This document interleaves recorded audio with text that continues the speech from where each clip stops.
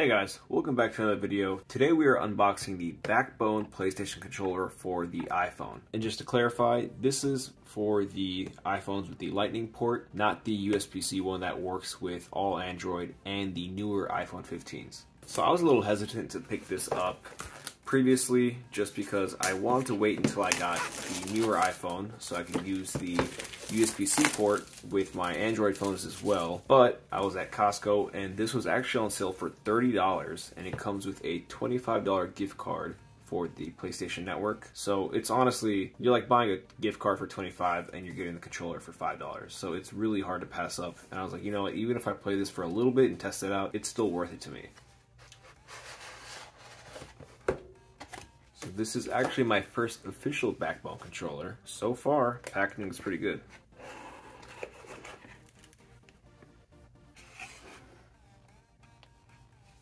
Okay, let's see what we have in the box. We have an adapter here for the different iPhones up top.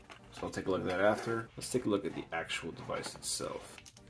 I was always a fan of the PlayStation layout just because I think it'll just look like it is pretty cool with this. I do have a PlayStation 4, so I might try it, but I'm not too pressed on it. But I still definitely prefer the PlayStation layout and the actual aesthetic of this. So let's see if anything else comes in the box. I don't think it does. We just have a manual right here, which we are now looking at. Now let's go ahead and take this out, this adapter piece. But let's just see what it looks like. So it'll go around here, and it sits right there. But let's see if my phone fits. So here's my iPhone 12 Pro Max. I do have a case on it, and I'm pretty certain it's not going to fit with the case on it, so let's take the case off. Alright, and as instructed, we're going to put this end in first, and then extend the right end and plug it in. So then you're going to go ahead and download the Backbone app. App is downloaded. I'm assuming from here we're gonna sync. Okay, so we went ahead and set up. I set up with my email. Let's pick an emoji. Pick a Backbone display name. I think we're gonna go with Harto.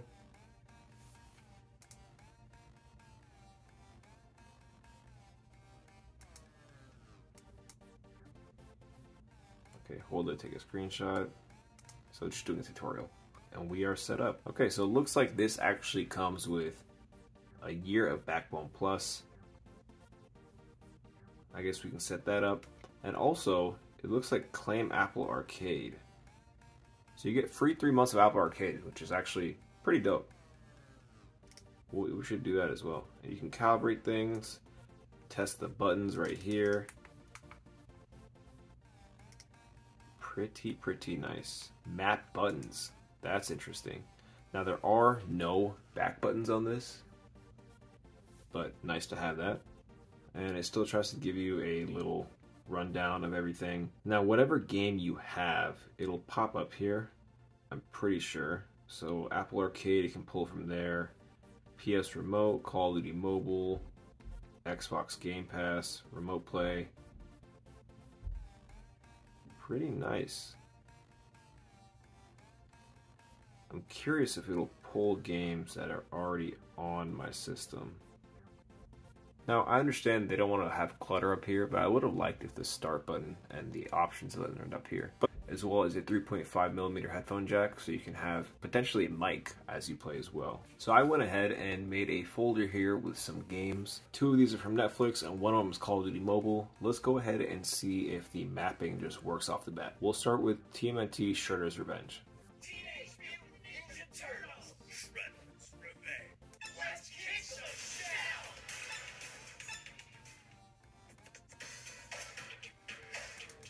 Stealing tires? I am chain-bound to fight.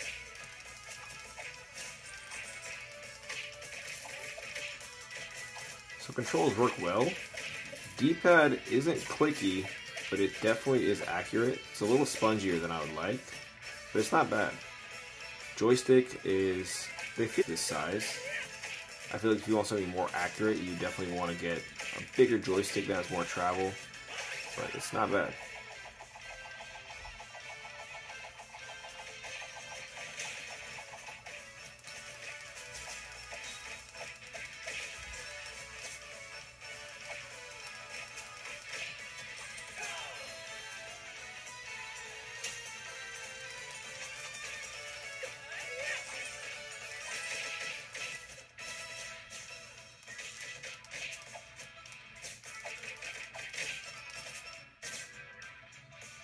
So controller works well in TMNT. Let's go to the next game.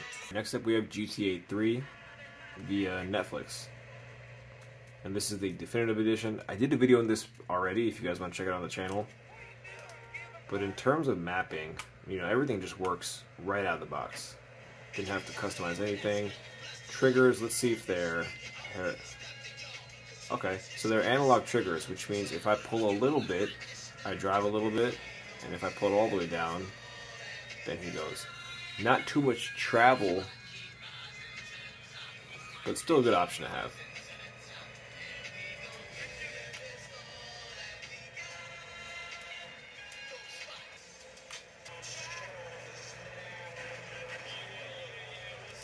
Yikes.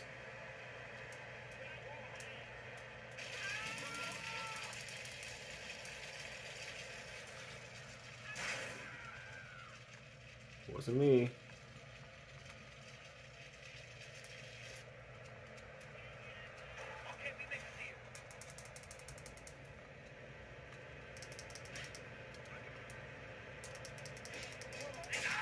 Oh, he's a gun.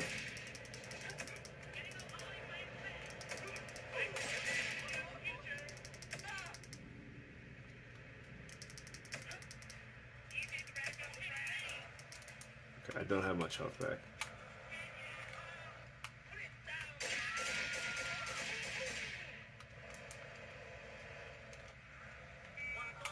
Am I out of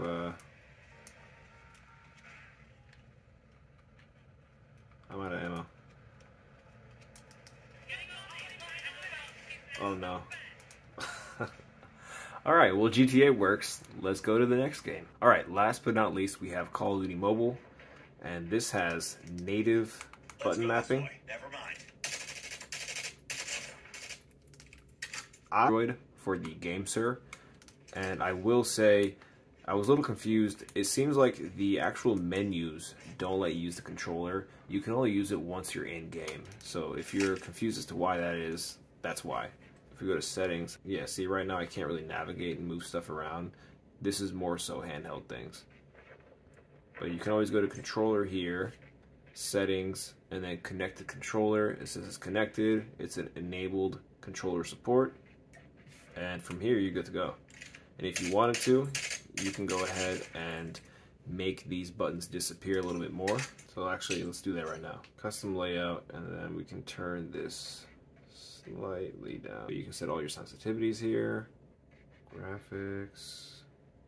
So it looks like there's no way to go ahead and turn the on-screen controls off unless there's an easy way. Let me know.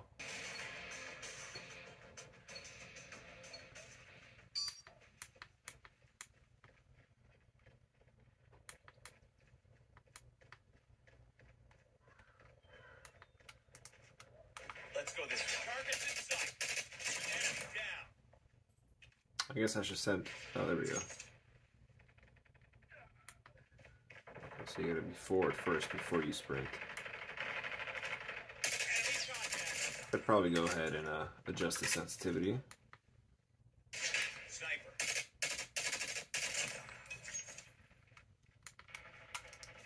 Contact with enemy.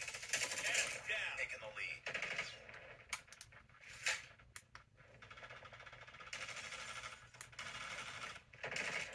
Target down.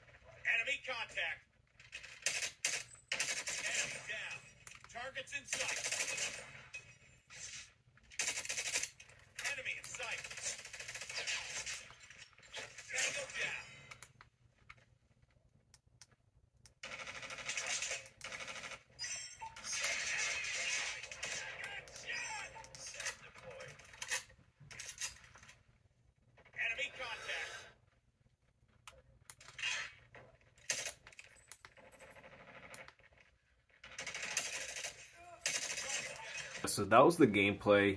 Now what I want to do next is just test the passive charging.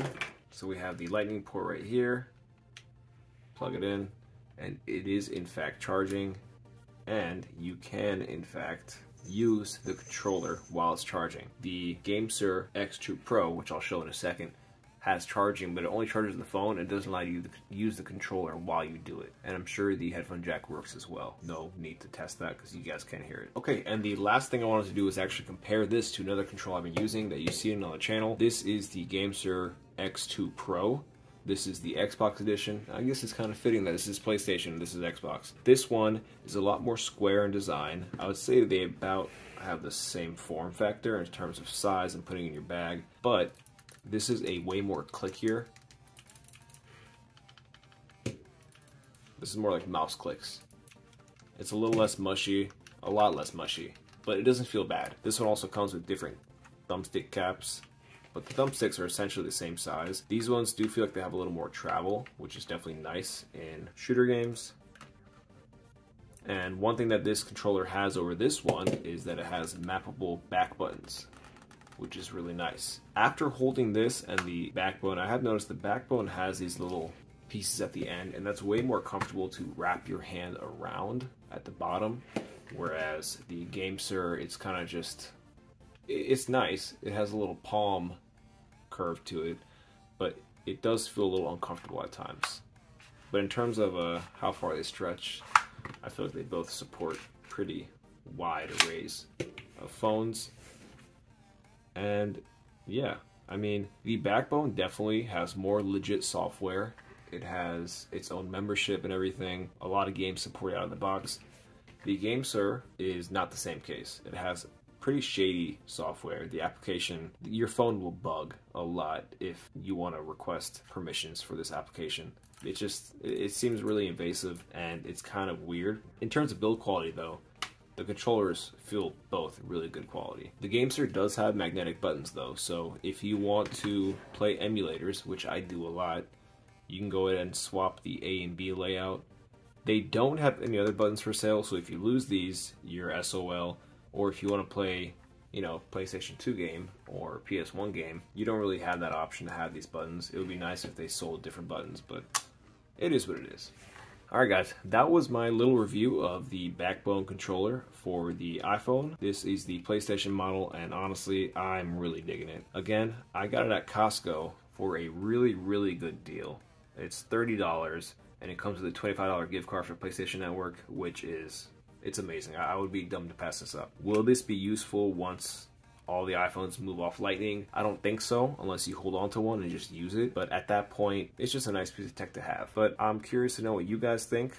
Do you guys use the Backbone? I know it's very popular, but if you do use it, are you a fan of it?